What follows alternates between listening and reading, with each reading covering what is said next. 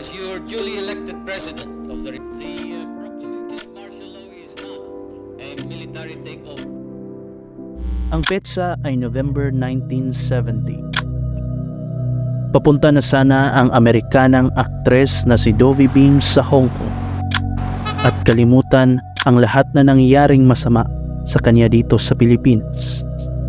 Nang makita niya ang mukha na hindi niya inaasahan na makatagpo at makatabi pa niya mismo sa eroplano patungong Hong Kong.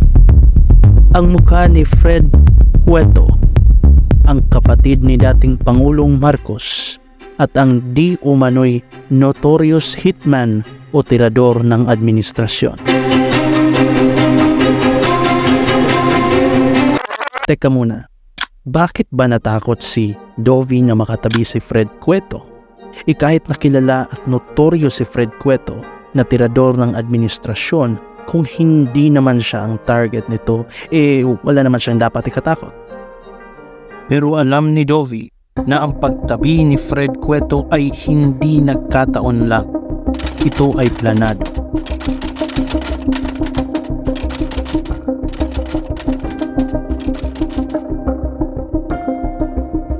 Isang plano na pala ang nabuo. Ayon pa, isang grupo o execution squad ng mga tirador ang binigyan ng misyon patayin ng Amerikanang aktres na si Dovie Beams pagdating sa Hong Kong. At ang grupo ng mga tirador na ito ay pinangunahan ni Delphine Fred Cueto. And the Americans will always applaud. That's the most beautiful Miss Philippines we saw.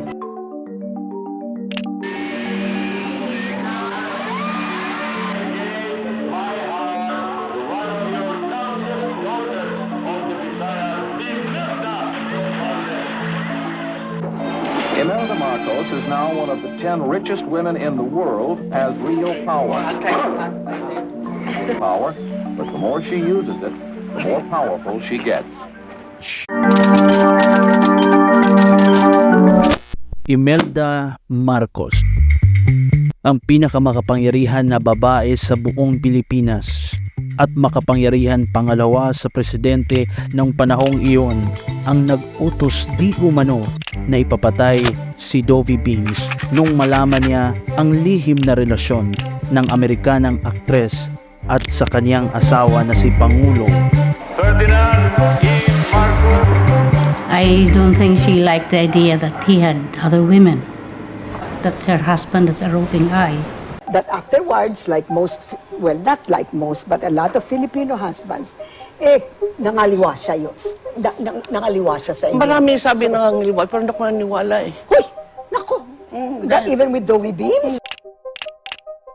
at mas lalo pang ikinagalit ni Imelda nung malaman niya na nasa kamay ni Dovie Beams ang isang mabahong ebidensya na dudungi sa pangalan ni Pangulong Marcos.